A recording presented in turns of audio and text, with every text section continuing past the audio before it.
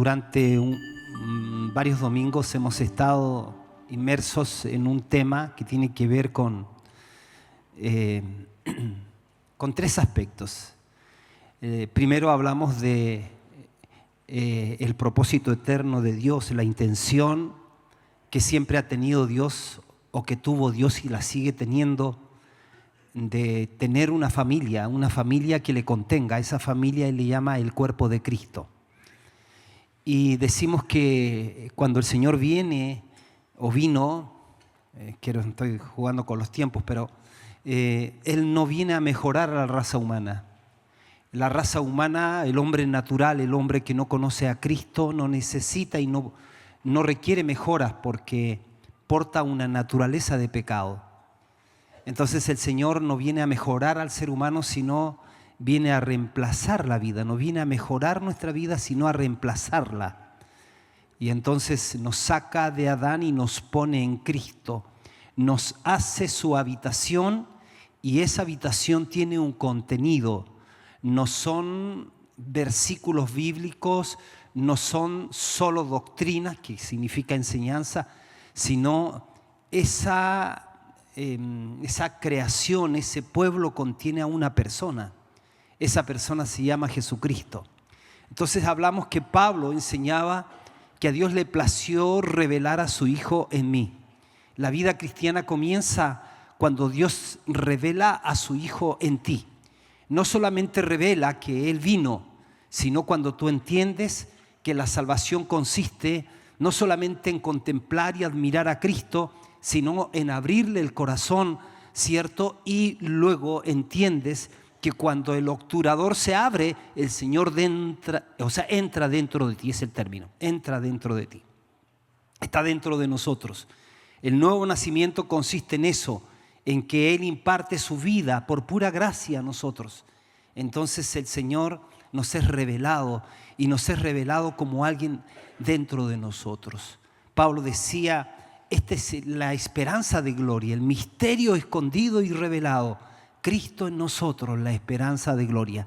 La gente necesita entender que el Señor los quiere como su habitación, los quiere como un pueblo santo para sí. Las personas necesitan entender que Dios nos ha amado de una manera maravillosa. Bueno, aprendimos el Cristo revelado en nosotros, luego el Cristo que nos habita, el Cristo que vive en nosotros. Necesitamos aprender a relacionarnos con Él todos los días.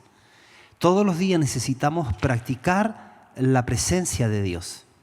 Practicas la presencia de Dios no solamente cuando vienes acá. Esta es una convocatoria que hace el Señor. Nunca cambie este día por ninguna otra cosa. Es el día en que alrededor de todo el mundo los cristianos damos testimonio de que adoramos al Dios creador del universo, al Señor que nos ama entrañablemente. Así que, fíjese, estoy hablando de aprender a relacionarnos con Él. Practicar, primero Él ha sido revelado, el velo ha sido quitado, Él nos ha recibido por gracia. Estamos por el Espíritu Santo aprendiendo todo lo que significó el hecho de la cruz, el hecho de que Jesús se ofrece voluntariamente a pagar la deuda que tú y yo teníamos.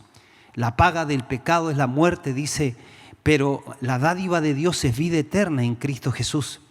Estamos aprendiendo que vida eterna no es la prolongación de la vida sin años, sino que vida eterna consiste en conocer.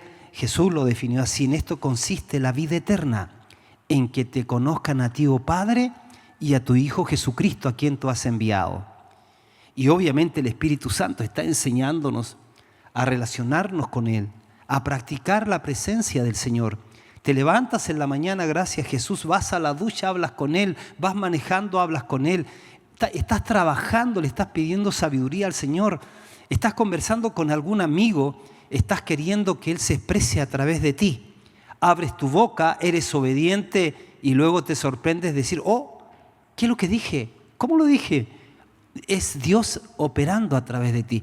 Tienes que aprender a relacionarte con el Cristo que te habita. Pero también es importante entender que el Señor entonces se manifiesta a través de la iglesia. La iglesia es el cuerpo de Cristo. Y la iglesia todavía sigue avanzando, la iglesia sigue creciendo. La iglesia está puesta para contener al Señor y, en otras palabras, para manifestar el reino. Porque cuando nos entregamos al Señor es sinónimo de entregarnos al reino, ¿no?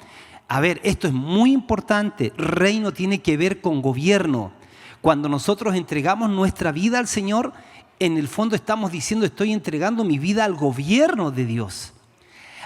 Cuando el hombre pecó, el pecado consistió en rebelión.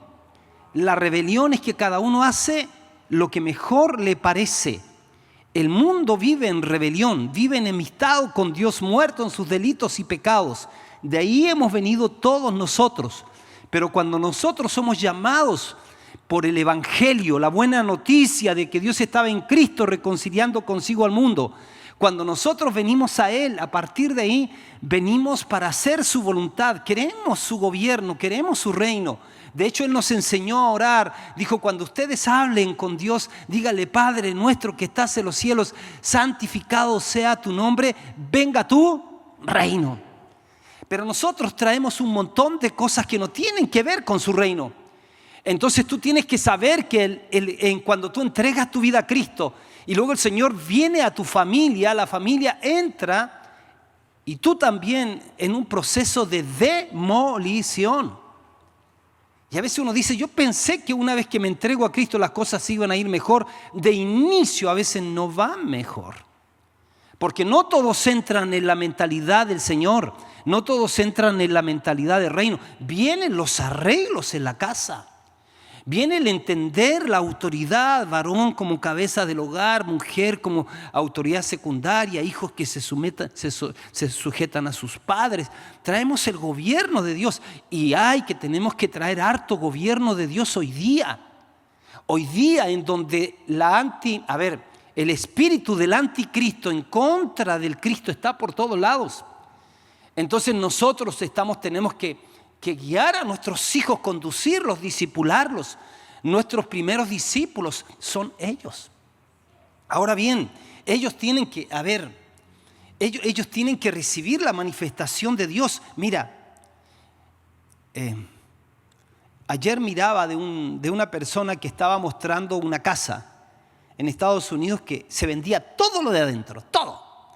Y él entró filmando, dice: mira, todo esto se está vendiendo, todo esto. Esto eran de personas que vivieron acá.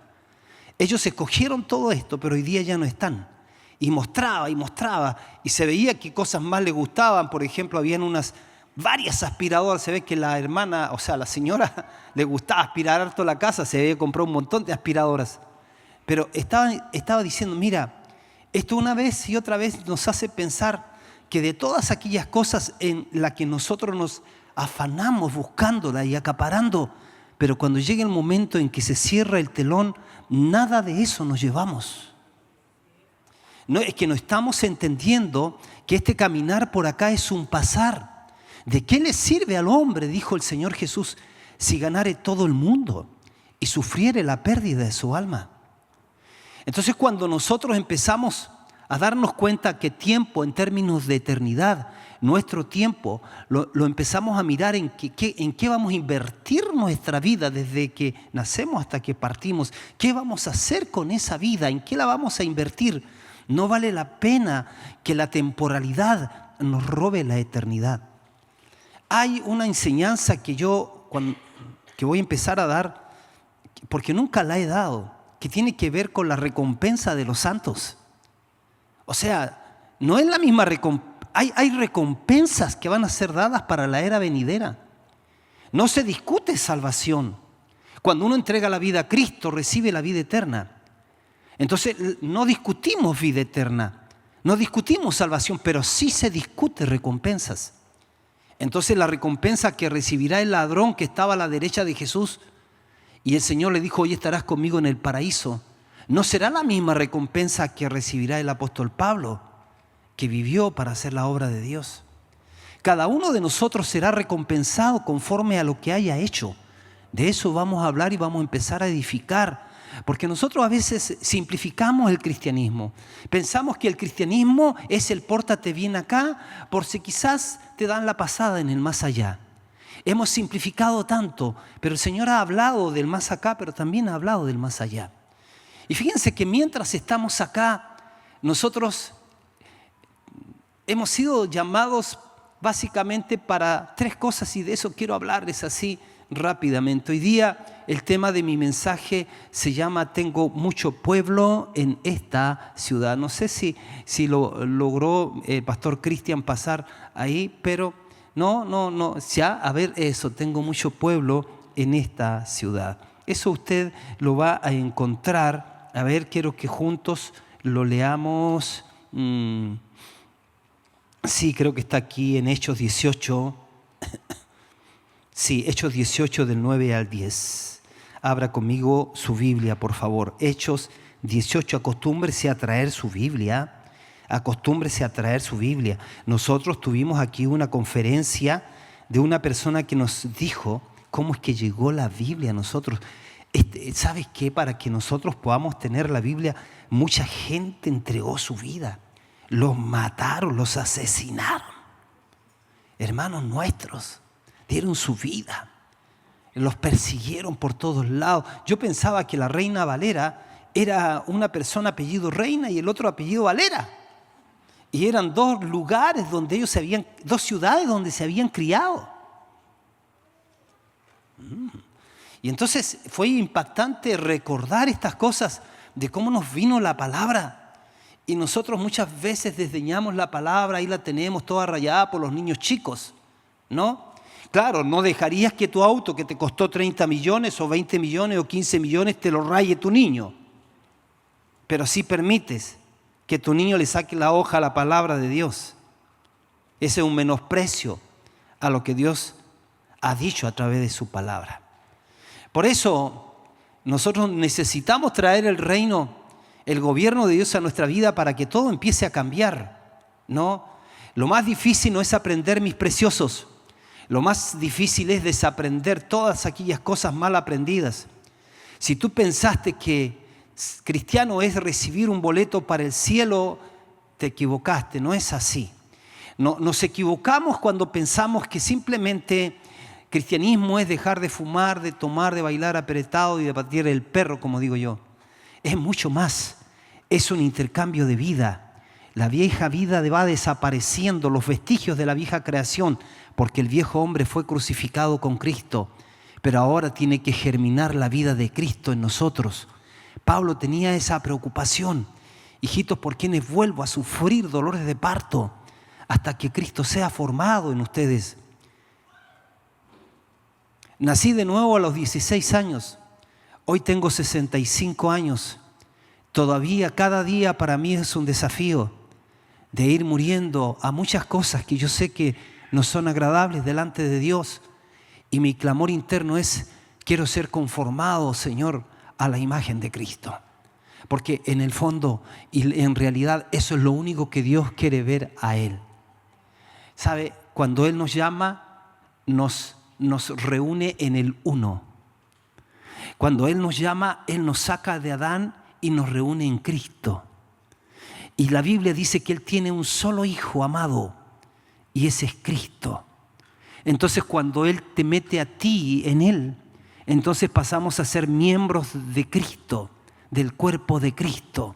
Por eso todo el amor y los beneficios a Cristo son nuestros, porque somos la nueva creación, porque somos el cuerpo de Cristo, porque somos la familia de Dios. Ahora vamos a leer, por favor, en Hechos capítulo 18, verso 9 al 10. Y si me das un poquito más de minutos, te voy a agradecer. Hechos capítulo 18, del 9 al 10. Hechos 18, del 9 al 10 dice: entonces el Señor dijo a Pablo. El contexto es que Pablo había estado predicando a griegos y a judíos y lo rechazaron, blasfemaron contra la palabra, y Pablo dice: yo me voy de acá, yo me voy. Y entonces cuando estaba tomando esa decisión, entonces el Señor dijo a Pablo en visión de noche: no temas, sino habla y no calles, porque yo estoy contigo y ninguno pondrá sobre ti la mano para hacerte mal. Y le dice algo muy importante: porque yo tengo mucho pueblo en esta ciudad. Ya, vamos a ir de menos a más entonces. Tengo mucho pueblo en esta ciudad. Hay dos tipos de iglesia, o sea, la iglesia está expresada de dos maneras. Está la iglesia real, que somos nosotros. Mira al que está al lado tuyo, él es parte de la iglesia real. Nosotros, si nos tomamos una foto desde acá, aquí es parte de la iglesia real. Y si tomamos la foto de todos los hermanos de esta ciudad, los que han nacido de nuevo, eso sería la iglesia real. Pero él no solamente ve la iglesia real, sino que también él ve la iglesia potencial. La iglesia potencial son aquellos que todavía no han venido a los pies de Cristo, pero que están siendo gestados por Dios. Y Dios está conjugando todo un movimiento, porque Dios nunca está quieto. Él está moviendo a sus siervos y sus siervas para que prediquen la palabra. Él está pensando en la próxima conexión tuya con alguien que necesita a Cristo. Él tiene mucho pueblo en esta ciudad. Él pensó en ti cuando nadie más pensaba en ti. Cuando tú estabas en el anonimato, cuando tú estabas en una carrera descendente, cuando tú estabas siendo esclavo, cuando tú estabas a lo mejor en dolor, en sufrimiento, en desamparo, es que Dios estaba moviéndose porque Él había puesto sus ojos en ti, en su presencia, en su conocimiento anticipado, y te había escogido desde antes de la fundación del mundo. Y llegó un momento en que Él empezó a insistir y a insistir y a insistir, hasta que llegó ese momento en que abriste tu corazón y entregaste tu vida a Cristo y entraste, ¿no? ¿Sabe? Cuando estábamos en el periodo del COVID, estábamos todos muy golpeados. Yo sé que unos más que otros.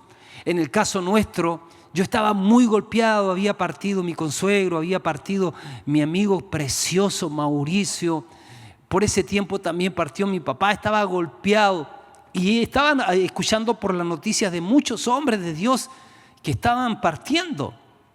Entonces me fui triste a orar al morro allá, no a tirarme del morro, no me iba a tirar del morro. Estaba en el mirador y de repente hablo con Dios y hablo así como a veces hablo con Él. Señor, quiero abrir mi corazón, como que no te entiendo, Señor. A ver, te voy a explicar. Así como siéntate, Señor, te voy a enseñar, te voy a explicar. Si yo fuera comandante en jefe de un ejército, yo no me llevaría a los más cototos, Señor. Mira, estos desalmados están matando a la humanidad y se están muriendo los generalísimos, Señor. Así pensaba, ¿no? Y de repente me vino un pensamiento. Y me vino este pensamiento. Pensé en Elon Musk, que es un multimillonario, el más millonario, y tiene cuesco. Pensé en el Bill Gates, que también es uno de los multimillonarios en el mundo y tiene cuesco, digo yo, pero en el mundo natural. Y como que me vino este pensamiento: estás mirando las luminarias que hay en el mundo. Dos de ellos mira cómo tienen el mundo. En ese tiempo se sospechaba que andaban metidos también en la cuestión. Ahora no tanto, pero en ese tiempo pasaba muchas cosas.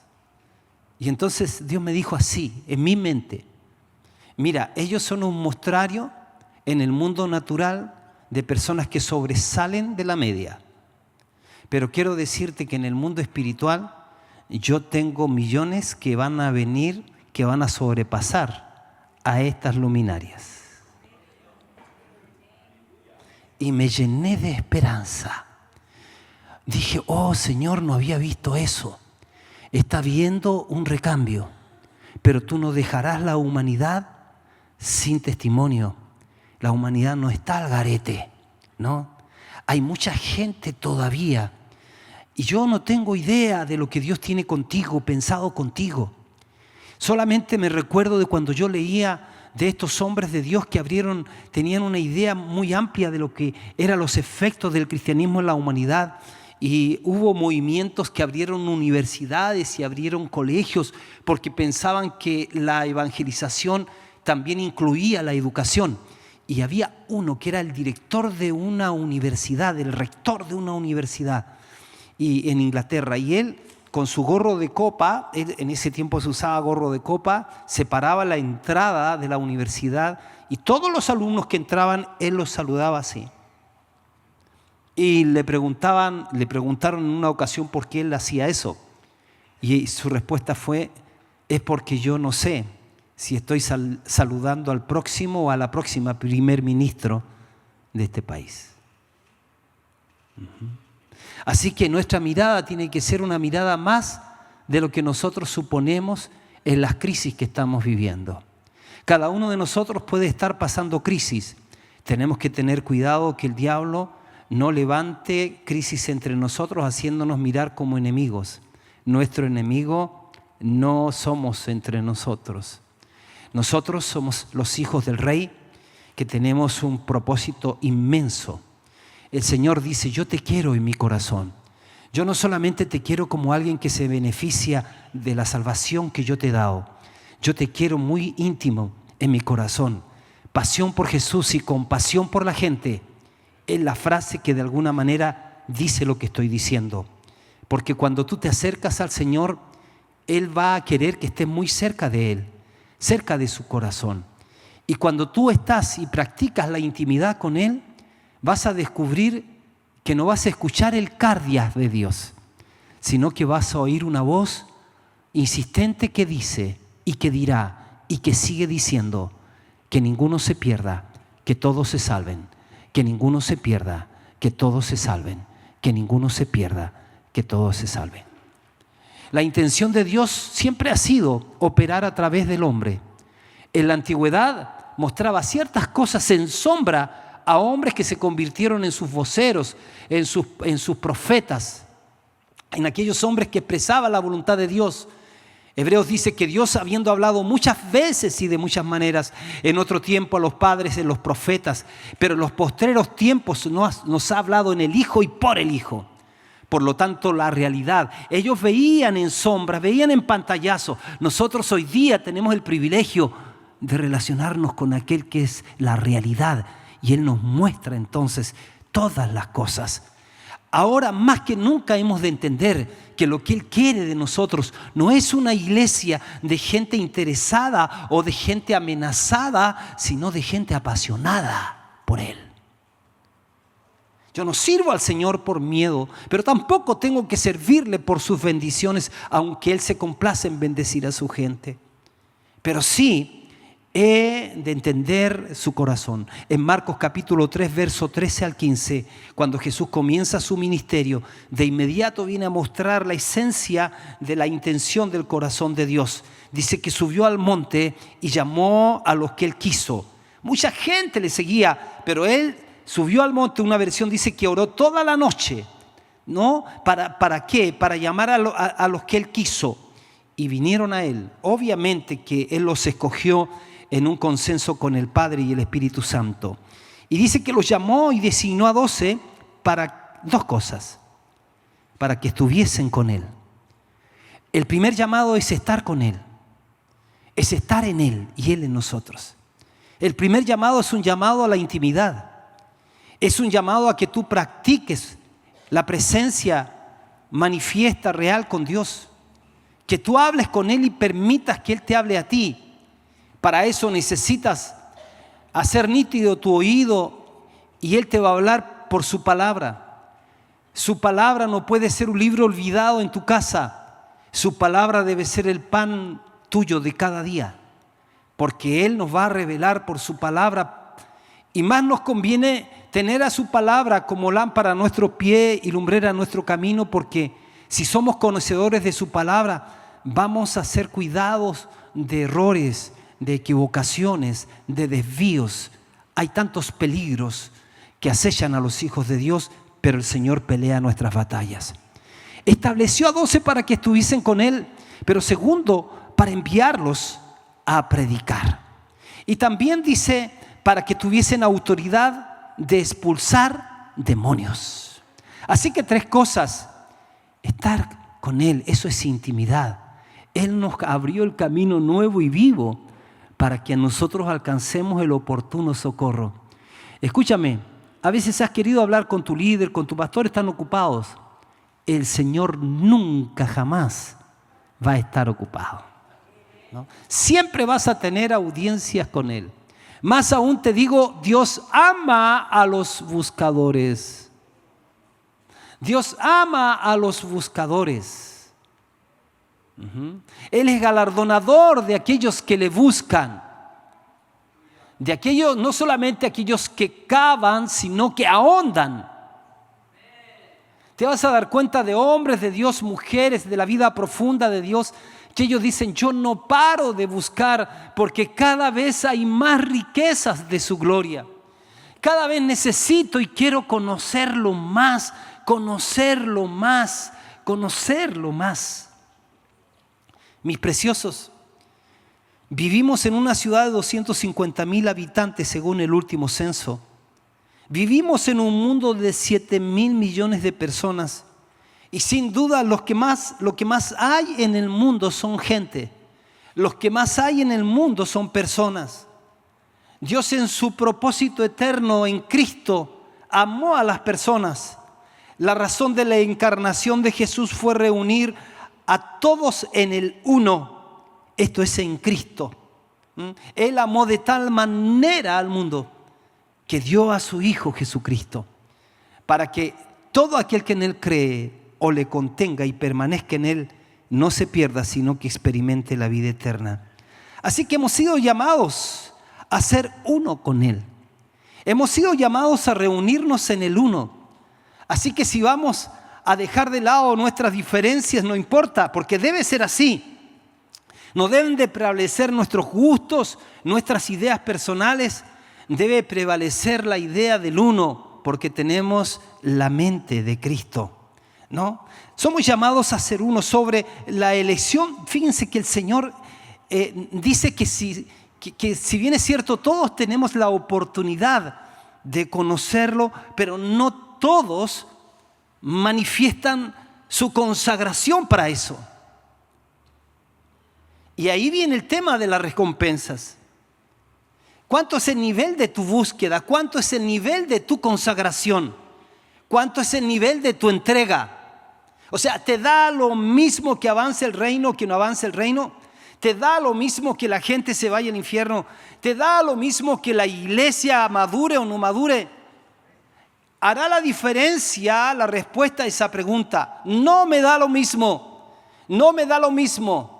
Porque yo cada día quiero conocerlo, quiero llegar a que el versículo, a que la realidad que tuvo David sea mi realidad. Estoy hablando del rey David. Él dijo: ¿a quién tengo yo en los cielos sino a ti? Y fuera de ti nada deseo en la tierra. Es que si no fuera así, el Señor no advertiría: no améis al mundo ni las cosas que están en el mundo. No advertiría: pero temo que como la serpiente engañó a Eva, vuestros sentidos sean extraviados de la sincera fidelidad a Cristo. Hoy en día la gran guerra está en el interior de los cristianos. Porque alguien dijo: la vieja loca llamada alma. La vieja loca llamada alma le cuesta sujetarse. Nuestros pensamientos, nuestra voluntad, nuestras emociones. Queremos un rato con Él, pero después no, déjame solo. Así que como que hay esos que viven dos vidas, una vida acá y la otra en mi trabajo, la otra como vecino, la otra como estudiante, etcétera, etcétera. Pero sabe, el Señor dio la oportunidad a todos a que se acerquen a Él. Sobre la elección de los 12 apóstoles, Lucas agrega que Jesús pasó la noche orando a Dios y luego los escogió.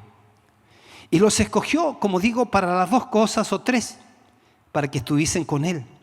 Esto es un llamado a la intimidad. Él te llama a la intimidad, a fin de que cada uno pueda conocer o podamos conocer su corazón, ¿no?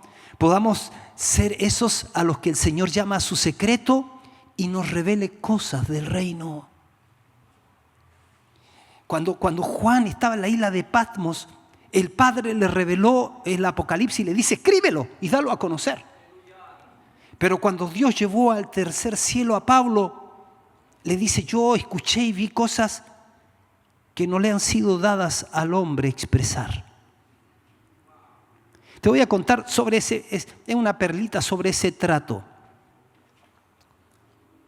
Yo me daba cuenta que llegó un momento en mi vida que yo iba recibiendo mucho entendimiento del Señor. Pero no podía parar de ser sanguchito de palta. O sea, me lo daba y al tiro lo quería entregar a medio mundo. La consecuencia es que no encontraba gente que me aplaudiera, sino gente que hablara mal. ¿Qué se cree este? Y era como compartir algo que no me había sido permitido compartir, pero dale. Hay razones por las cuales hay cosas que no puedes compartir algunos. No porque seas egoísta, sino porque la persona puede que no esté preparada todavía. Así son las verdades del reino. Pero nuestro trato con Dios, escúchame, el nivel de madurez para ti no va a ser medido por cuánto hayas escuchado y recibido verdades de Dios, sino qué has hecho con esas revelaciones. ¿Qué has hecho con lo que has aprendido? La Biblia dice que al que más se le da, más se le va a demandar.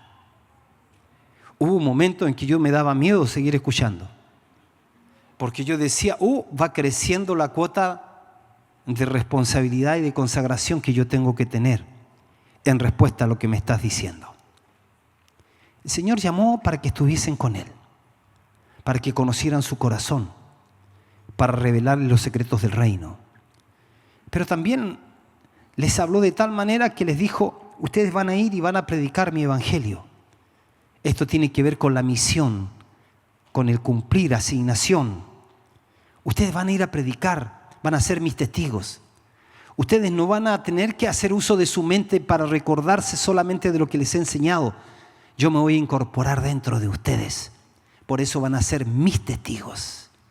Ustedes van a hablar de lo que viven conmigo. Ustedes van a dar testimonio de mis maravillas. Ustedes van a expresar mi corazón, le van a hablar a la gente, porque yo voy a estar palpitando en ustedes, ¿no? Y una vez que ellos entendieran qué era el corazón del Señor, entonces serían parte de la gran causa de Dios en la tierra. Algunos eran tan absortos por su presencia, tan absorbidos, no sé si lo dije bien esa palabra, que a ellos no les importaba morir por la causa de Cristo. Pablo, yo creo que representaba a muchos que decían, para mí el vivir es Cristo, pero el morir es ganancia. Hubo un emperador loco que quería hacer de todo, quería ser actor, quería ser escultor, quería hacer todo, quería ser Dios. Y un día, por simplemente su locura, mandó a quemar a todo Jerusalén. Y luego culpó a los cristianos que ellos habían sido los causantes del incendio. Y luego ellos eran perseguidos, fueron echados a las fieras, asesinados injustamente. Pero sabe, ellos no negaban a su Señor. Ellos sabían la experiencia que estaban teniendo, no con el Cristo a quien escucho una vez a la semana, sino con el que se manifestaba todos los días en su vida. Por eso querían estar juntos en las casas. Por eso que oraban y tenían temas para hablar con Dios. Ellos iban adelante con la causa. Y mientras mataban a un cristiano, la sangre de ellos era semilla, porque florecían un montón y un montón y un montón. En una ocasión había uno de nuestros queridos hermanos, nuestro primer mártir, el hermano Esteban, lleno del Espíritu Santo. Pero por ser lleno del Espíritu Santo y por ir desbaratando las obras de las tinieblas, el diablo levantó enemigos. Y había gente que le perseguía y le perseguía con odio. Hubo uno llamado Saulo de Tarso. Eso lo perseguía con odio. En una ocasión atraparon a Esteban. Saulo de Tarso estaba ahí presente. Saulo de Tarso tomó las ropas de aquellos que se sacaron las ropas para apedrear a Esteban. Y cuando estaba apedreando a Esteban, Saulo estaba mirando lo que estaban haciendo con nuestro hermano. Saulo era un perseguidor, uno que creía que hacía un bien a Dios persiguiendo a los cristianos. Pero de repente puede lograr acercarse y ver. Y cuando Esteban estaba muriendo, estaba siendo apedreado, él hace la oración que es increíble. Perdónalos, Dios mío, porque ellos no saben lo que hacen. Eso dijo Esteban. ¿Sabe? Yo creo que ahí fue la gran semilla de Dios para la conversión de un perseguidor. Yo creo que Saulo, mientras iba a otros lugares, no podía explicarse cómo.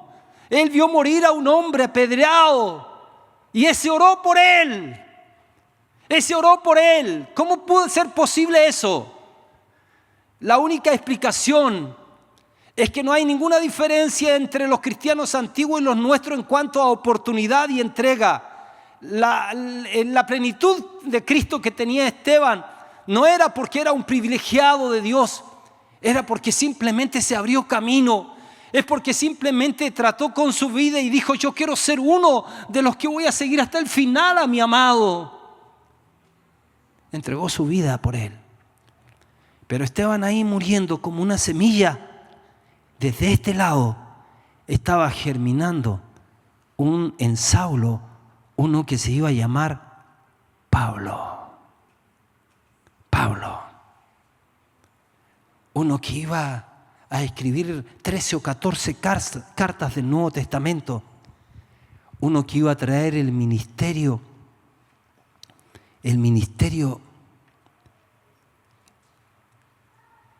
que agregaba, que sumaba revelaciones que Cristo no había dado. Pablo habló de la iglesia como el cuerpo de Cristo. Pablo habló de la nueva creación. Pablo habló de la gracia. Mis preciosos, Pablo y todos los hijos de Dios hemos sido llamados para estar con Él, pero también para participar de la gran tarea de la evangelización. Compartir a Cristo con los que no conocen al Señor. El Señor, escuché, cómo se empezó a relacionar con la gente de su tiempo. Me quedan 12 minutos. A los que Él llamó fueron los 12. Pero tuvo una relación con otros que eran los 70. Yo quiero decir que todos los que se acercaron a Jesús tuvieron la misma oportunidad, pero no todos aprovecharon la oportunidad. No todos decidieron consagrarse. Así que el Señor quiere forjarse en ti, pero si se forja o no, no depende ya de ti, o sea, de Él, sino de ti. Depende de nosotros. Si nos consagramos, si tomamos decisiones cada día. Póngame atención, por favor, no se distraiga. Se ve que Jesús, por ejemplo, tuvo con los 70 que envió a predicar, tuvo un nivel de intimidad. Con los 12 tuvo otro nivel de intimidad. Con Pedro, Juan y Jacob, que eran los 3 que fueron a la transfiguración, otro nivel de intimidad. En la transfiguración ellos previeron lo que iba a suceder después, lo que iba a suceder con Cristo, cómo iba a ser la nueva creación, el Cristo transfigurado. Ellos iban a ser igual en el futuro, ¿no? ¿Sabe? Entonces 70 un nivel de relación, los 12 otro nivel de intimidad con el Señor. Juan, Pedro y Jacob, otro nivel. Y también la Biblia habla del discípulo amado, de Juan, el que ponía su cabeza en el pecho de Jesús. Ese, otro nivel.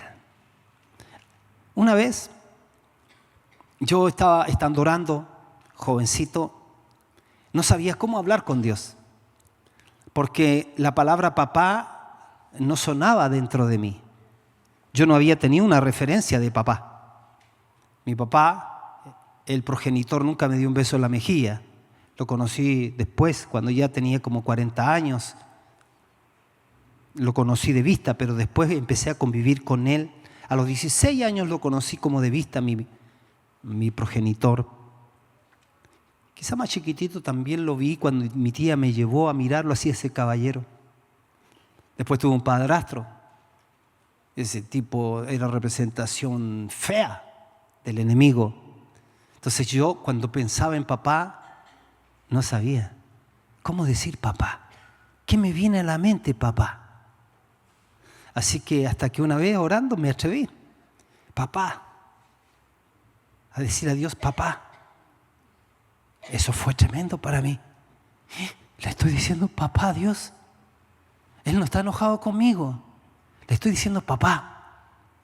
¡Wow! Pero ¿sabe? Un día dio otro. Ese paso fue cototo. Un día dio otro paso. Porque cuando le dije papá era como tirarme de aquí y recíbeme, a ver. Pero cuando di el otro paso era como tirarme del piso, del morro, a ver si me recibe. Fue cuando le dije, papito.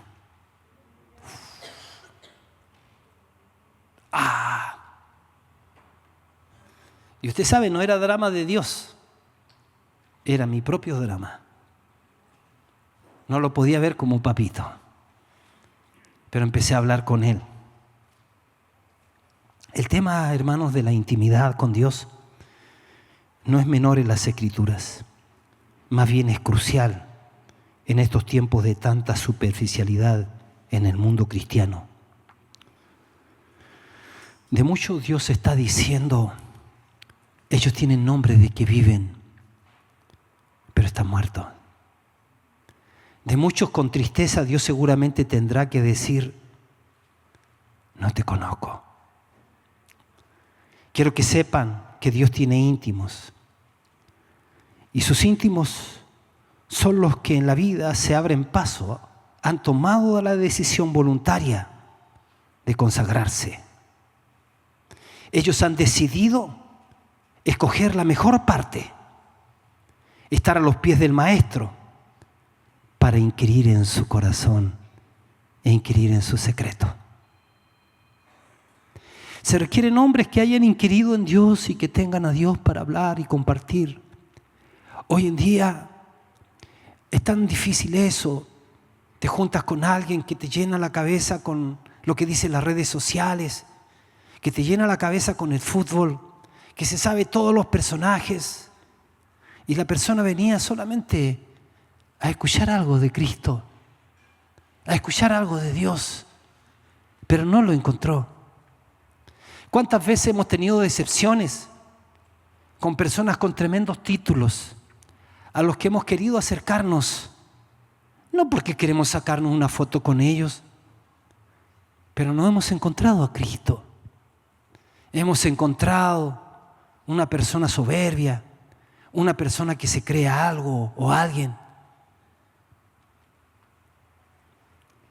Hoy en día es muy cierto que se dice, raspas a un cristiano y encuentras a un mundano. ¿Y qué podemos hacer al respecto? Simplemente hacer el llamado. No sacrifiques lo permanente en el altar de lo inmediato. No te dejes llevar por los afanes de este mundo. No te dejes llevar por los engaños de este mundo. No te dejes llevar por... No sé si alguna vez te pasó que te estacionaste en un lugar donde todos estaban estacionados y te sacaron un parte. Te sacaron el parte porque tú dijiste, si todos lo están haciendo, entonces el próximo pajarón fuiste tú.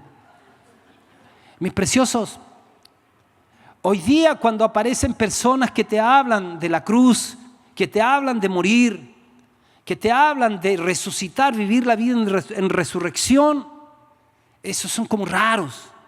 Ese es el religioso, ese es el fanático. No, yo quiero al viejito pascuero cósmico que me bendiga. Yo quiero al Dios que me apuntale en los sueños. Yo quiero que me vaya puro bien. Sí, en Cristo te va a ir bien, pero no contigo, porque tú tienes que ir a la cruz y tienes que llegar a decir, para mí el vivir es Cristo. ¿A quién deseo yo en los cielos sino a ti? A ti. Y fuera de ti, nada deseo en la tierra.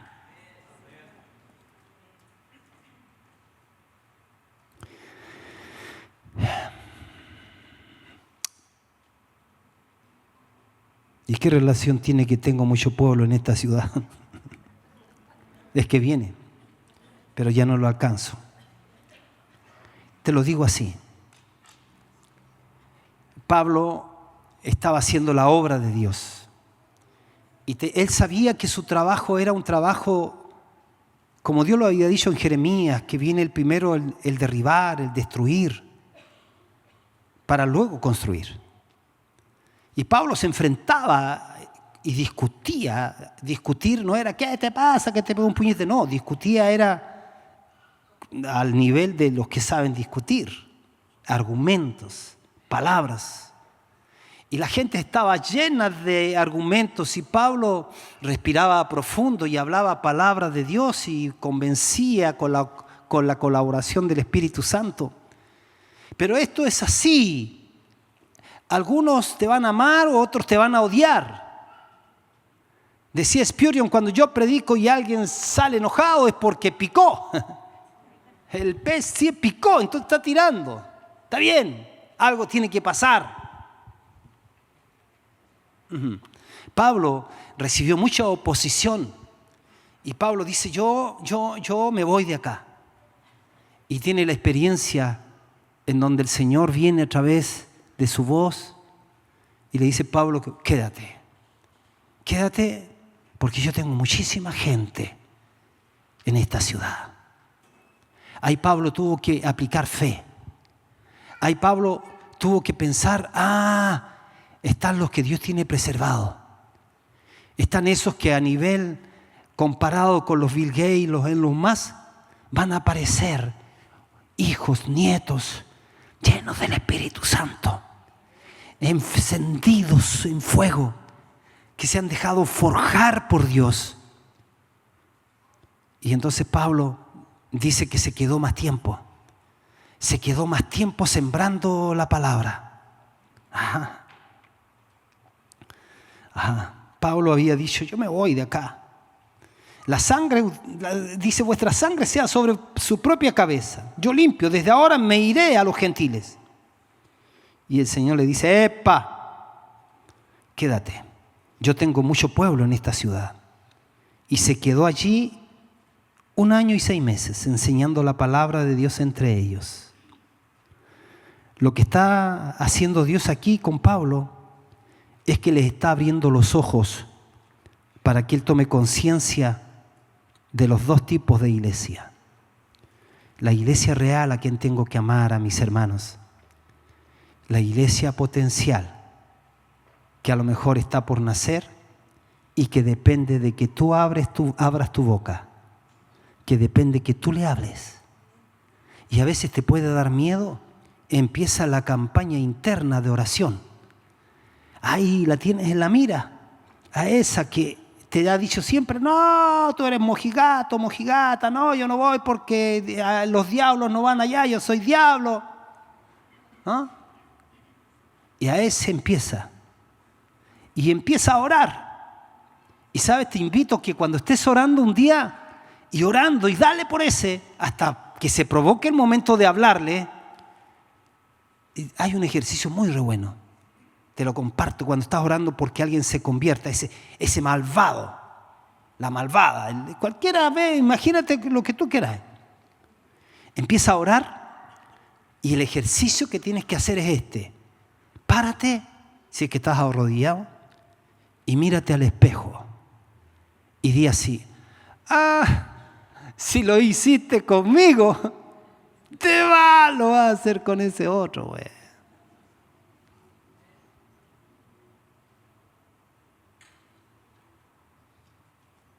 Es bueno eso, ¿eh? Porque uno se hace humilde. ¿Ves que a veces uno ora como el fariseo? Señor, gracias porque voy a la escuela ministerial. Gracias porque voy a la oración los viernes. Gracias porque voy los domingos a las 6 con el pastor. Gracias. No como este otro. ¿Cierto? Ahora, no estoy diciendo que esto que se hace, no hay que dejar de hacerlo. No, yo quiero que todos ustedes se involucren. Que ustedes pasen de ser espectadores, opinólogos, y ahora se conviertan en hacedores, hacer que las cosas se provoquen. Pero sabes, cuando tú te miras y dices, Señor, ha sido por tu gracia. Yo tenía una naturaleza de pecado. Yo no tenía ningún mérito hasta que tu gracia me alcanzó. Soy salvo por gracia. Y Señor, esa misma gracia va a alcanzar a otros, la manera que has escogido es la predicación del Evangelio. La locura de la predicación. Cristo, el Cristo crucificado, pero también resucitado. La buena noticia es, amigo, la deuda suya la pagó Cristo en la cruz. Pero no solamente tu deuda. ¿Tienes problema contigo? Sí. Ya, esta cuestión no es problema, es del motor. Esta cuestión es grave. Tú provocas. No es que tú tenías una fallita nomás, no. El Señor viene a cambiarte el motor. No es que vas a ser un pomelo que promete dar juguito de naranja un día. No, Señor. Porque eso te hace ser un religioso, lleno de promesas. Te comportas como una naranja, pero en el fondo eres pomelo. Y tarde o temprano das jugo. Si es el tema. Entonces, cristianismo dice, si no es mejora, es reemplazo. Entonces yo me rindo, voy a la cruz, Señor, ya aniquilado total, Señor. Te vale, más te vale. ¿Sabe por qué? Porque cuando el diablo venga a pedirte algo, tú dices, yo estoy muerto. Sí, eso lo hizo el finado. Ya no vivo yo, ahora vive Cristo en mí. Alguien dijo, cuando el diablo golpea tu puerta, dile a Cristo que la salga a abrir. ¿Qué quiere? No, dice, perdón. No, vengo a buscar a Javier, ahí tiene caleta de deuda, dice. No, están pagadas, dice. Cristo dice, están pagadas. Maravilloso Señor. Bueno, la próxima vamos a hablar más sobre la iglesia real y la iglesia potencial. Mientras tanto, piensa en aquellos que están por ahí y que tú puedes añadir. Eso sí te seguirá para la eternidad. ¿Cuántos ganaste para Cristo? ¡Wow! ¿Se acuerdan que los antiguos hablaban de las coronitas? ¿De las perlitas? Yo no sé cómo lo va a hacer Billy Graham. Ganó millones, imagínate un collar lleno de perlas. ¿Sí? Camionada llevándole las perlas de Billy Graham. Pero sí, recompensa, sí. Amén. Póngase en pie, por favor.